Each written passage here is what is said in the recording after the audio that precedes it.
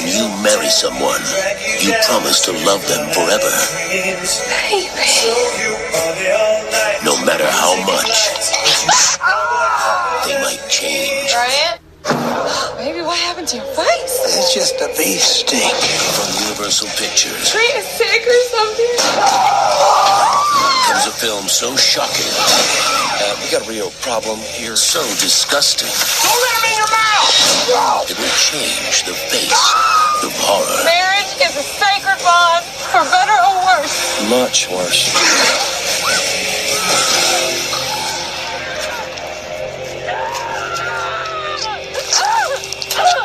Chick is hardcore.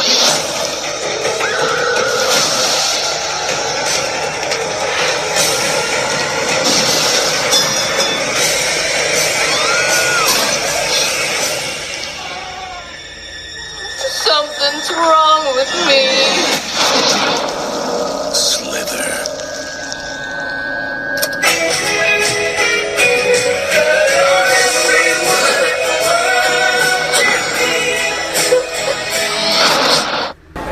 Hello, kiddies. It's me, John Kassir, the voice of the Crypt Keeper.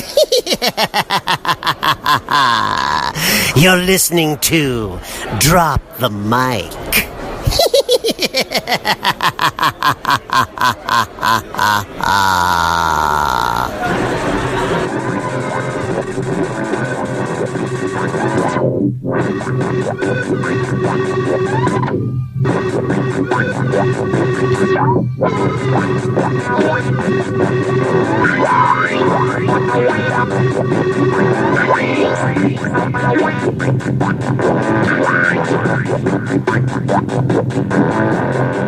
Hey there, guys. Welcome back to another edition of Drop the Mic. This is episode 24, and we're calling this one a Slithering Good Time. Oh, yeah. I'm the Swann, your host, and my co-host, James Warnie's here, as always. Hey, what's up? Thank you for joining. Yes. So, we're going to be talking about James Gunn's, I think, his first feature called Slither. But before we get into that film, let's do some news. And what do you think about your surprise I was telling you about, man? Caught me off guard, but that's pretty cool. That's awesome. Yeah, we got to keep that in every episode now. Yeah. People are going to get sick of it, but I don't care.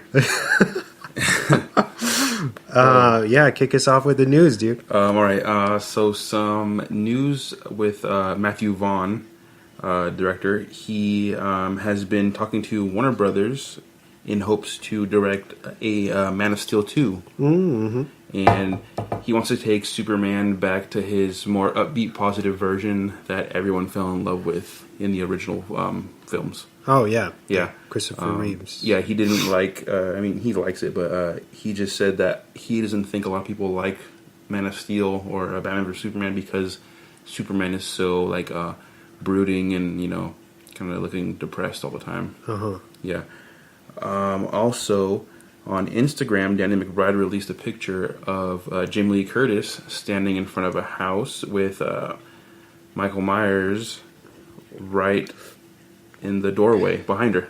Oh, yes, really? Yes. And I don't know how I haven't seen that yet, but thank you. And he put in the captions, proud to announce that the great Jamie Lee Curtis will be returning as Laurie Strode in the new Halloween coming out October 19th, 2018. Yes. Oh, shit. And I'm pretty excited for it. Definitely. I'm excited to see how... I don't think... It's him and someone else directing it, right? I believe the dude's name is David Gordon Green. Okay. Who did... he works with Danny McBride on Vice Principals. They do all of those together. And then he did Pineapple Express. Okay. But Danny McBride is writing it with him. But David Gordon Green, I believe, is directing Halloween, yeah. I'm excited to see how that turns out, though. I've never seen or heard of anything that he's written, but I'm excited to see what he can do. To be honest, if he somehow got Jamie Lee back, they must have something really, really tight. Yeah. You know what I mean? Yeah, that's what I'm thinking. Like something that's worth it. Because the reason, I think, if I'm correct, she had them kill her off in Halloween Resurrection because she didn't want to do it anymore. Yeah. She was just like, let me go. You know? I'm getting too old for this. Yeah. So if she's back, and it's supposed to be a direct sequel to Part 2, that's what I hear. The original Part Yeah. 2. I'm very curious to see what they have up their sleeve. It's got to be something amazing if they have Carpenter on board as well, Yeah, too. exactly. You know? It's gonna be fun. It will. Can't wait. Also, the Flash movie that is still in pre-production, or still even in development, adds Beth Mickle. She's best known for her work on Drive and Only God Forgives as a production designer. Okay. So I thought I'd throw that in there because I know you love Drive, and I don't know if you like Only God Forgives. I do. Okay, but I really like the way both those movies look. And I'm excited to see what they can do. Put that flair from those movies into Flash whenever it gets made. Yeah, that's exciting for sure. Also, we got Bill Skarsgård, the actor who played It. He talked about a disturbing flashback scene that was cut from the movie. Yeah. That takes place, which featured Pennywise the clown in the 1600s, and I'm hoping that we get like a director's cut for the movie or something that when it's released on Blu-ray and DVD that shows us what happened, or at least in the special features or something. I think that's why his outfit is so polished, because it's clearly 1600s, I think. So they probably wanted to answer a little bit of that, but you know, I don't think that would have added too much to what we got. No, I mean, it was cool seeing him in like a little stencil of him or whatever. In the book. Yeah.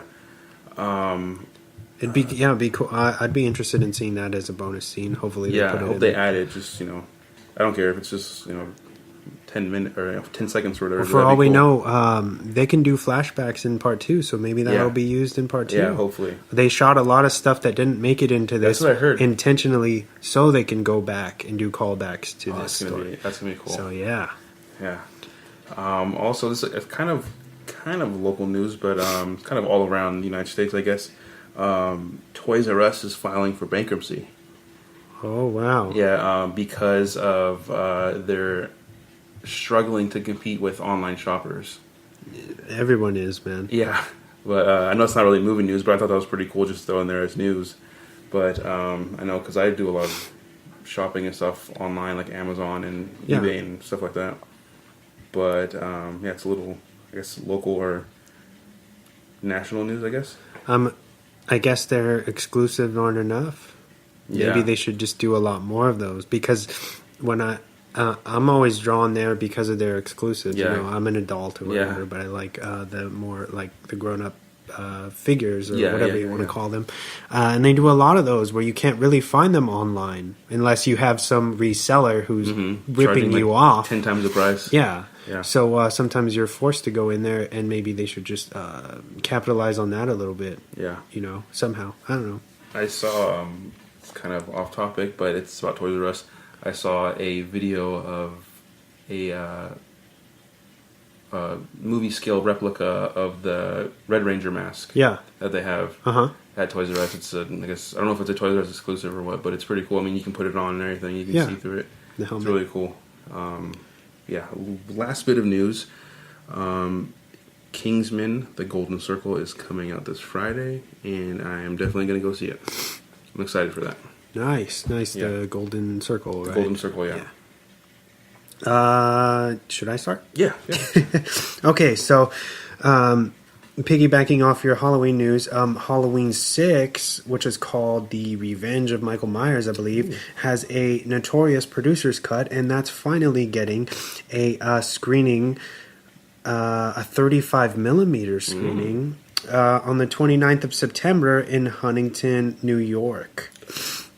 If that's not cool enough for you guys, some brand new artwork has been created for the event, and they're gonna be having brand new posters inspired by the film, T-shirts, and even temporary tattoos. Because in that film, I'm not sure if you're familiar, but they have they try to answer like the origins of Michael Myers as he's part of this cult, and that's why he's gone after every last living person that's involved with his bloodline. Okay. And they call it the Cult of Thorn or something. And so they're going to be giving those temporary tattoos, because there's a shot where Michael himself actually has the symbol tattooed. So I thought that was very, very cool, especially because this producer's cut is so much better than the trashy theatrical cut, which kind of doesn't make any sense at all. They just chopped it to hell, and I'm glad they barely released the producer's cut in, and I think like 2015. Okay. It was originally released in the box set of all the films, and so that's when I got it, and I was finally able to view it. And if you didn't know this, that's Paul Rudd's very first feature film. Really? Yeah, and he does a great job. He's super creepy. Yeah. But he's a good guy, and I really like this movie, and it kind of makes me want to take all my savings and go down there to watch it. Yeah. Oh, but anyway, moving on. MTV's Scream series reboot will be bringing back the original Ghostface mask. Yeah. I'm excited for that. Yeah, I'm definitely down for that. Scream's 6-episode third season will drop as a 3-night event sometime in March. And as I said before, that'll be on, you can catch that on MTV. Moving on to the recommendations. Yes. You can go ahead, man. Okay. My first recommendation is a Netflix original. It's called Message from the King. Okay. And it stars Chadwick Boseman, Luke Evans, and Teresa Palmer. Mm-hmm. And here's a little synopsis for the film. On a relentless quest to avenge his sister's murder, a man from Cape Town infiltrates a sprawling network of lowlifes and elites in Los Angeles. And so basically he flies in, he can't, he's just looking for his sister in LA because she goes missing, and he's from South Africa, and he finds out she's been murdered by some gangsters or whatever, and he goes on this like it says, this quest to avenge her, or just beat the crap out of everybody. Nice. It's really cool. And my next recommendation is another Netflix original. It's called Shimmer Lake, and it's starring Benjamin Walker, Rainn Wilson, Bob Corddry, and Ron Livingston. Okay. And the story behind this is a small-town sheriff tracks three bank robbers, three bank robber suspects, one of whom happens to be his brother, and the shocking truth can only be revealed in reverse. Oh. So the movie starts off on a Friday, and I think it's like every 15 or 20 minutes it goes backwards. So the next 15 minutes you're waking up, or the person's waking up on a Thursday, and then the next 15 minutes it's on Wednesday. Okay. So it's pretty cool. You find out how the whole thing started in reverse. So I think it's pretty cool. Very nice. Yeah, and I have one more, and it's kind of a guilty pleasure that not too many people know that I like this movie. Is Abraham Lincoln Vampire Hunter. Oh, the movie. Yeah. And I never saw that one. It's all right. I just like the mix between history and like the fantastical elements. Yeah. And it's really cool. And that one also stars Benjamin Walker and Dominic Cooper. Oh, okay. Yeah. Hey, I had a question. Do you know, is that based on a graphic novel? I think it's based on a graphic novel. I know the music, I could be wrong, but I think the music was done by Trent Reznor, who helps David Fincher with all his stuff. It's him and Atticus Ross. They always team up together. But yeah, anyway, I never seen that movie. No, I think it is a book. Okay. Yeah. My one and only recommendation for this week is HBO's brand new show, The Deuce. Oh, I have not seen it. Yeah. Anyway, the synopsis for it is it's set in the 1970s with New York serving as the backdrop. This story follows the rise and legalization of the porn